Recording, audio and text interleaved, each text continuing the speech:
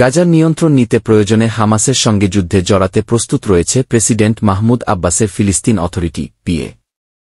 যুক্তরাষ্ট্রের president Donald ট্রাম্পের মধ্যপ্রাচ্য বিষয়ক দূত স্টিভ উইটকফকে এ তথ্য জানিয়েছেন জ্যেষ্ঠ ফিলিস্তিনি কর্মকর্তা হুসেইন আল শেখ। সৌদি আরবের রাজধানী রিয়াদে তাদের এ বৈঠকটি হয়।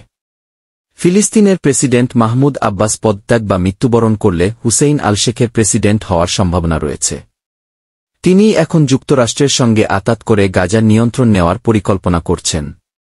বর্তমানে গাজা শাসন করে হামাস, কিন্তু ফিলিস্তিনি অথরিটির লক্ষ্য হল গাজা নিয়ন্ত্রণ করবে একটি কমিটি, আর এই কমিটির বেশিরভাগ সদস্য গাজার বাইরের থাকবে।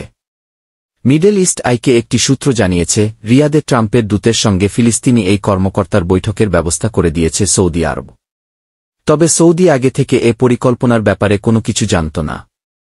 প্রেসিডেন্ট মাহমুদ আব্বাসের দীর্ঘদিনের পরামর্শক জিয়াদ আবু আমরকে গাজার শাসক বানাতে চায় ফিলিস্তিনি অথরিটি। তিনি ফিলিস্তিনের উপপ্রধানমন্ত্রী হলেও তার হাতে অনেক ক্ষমতা থাকবে।